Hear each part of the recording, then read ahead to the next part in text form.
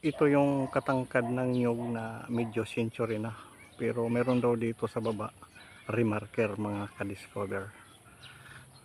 At lapitan natin kung ano ang mayroon doon sa puno.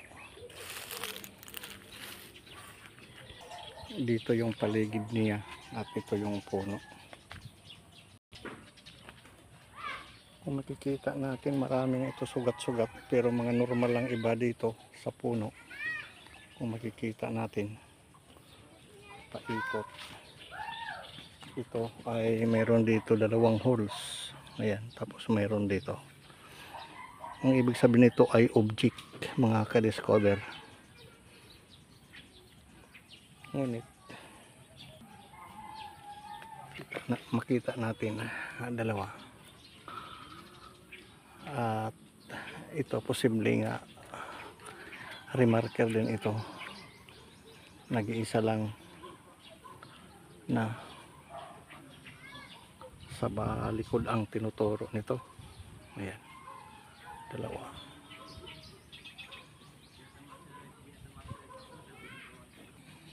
Dito sa puno, mga 2 meters, dito yung makikita natin na remarkers.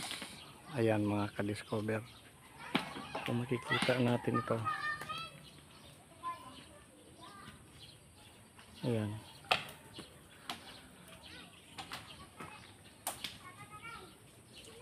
at mayroon din dalawang naka-triangulation, 1, 2, 3. Ngunit mayroon pa dito isa, 4, 1, 2, 3 square.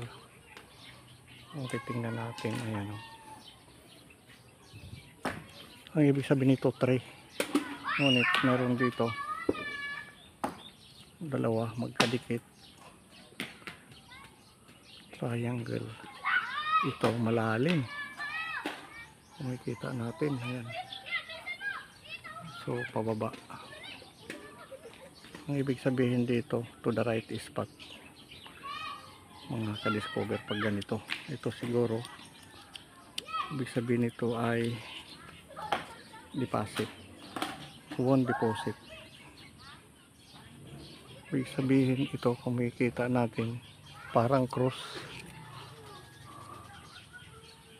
pababa. Pag ganito ang reading nito, pag ganito pa left side, mga ka-discover. So maganda itong remarkers. Ito palang lugar ay isa itong Japanese encampment or kampo.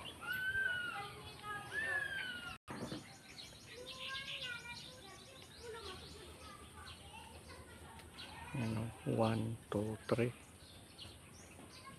Pababa siya, to the left. So ito lang, ano, pag mayroon dito pagbaba, tapos pag ganire to the left, yan. Ibig sabihin ito ay distance, mga ka-discover, to the left, mga 30 meters o 25 or 15 meters, mga ka-discover.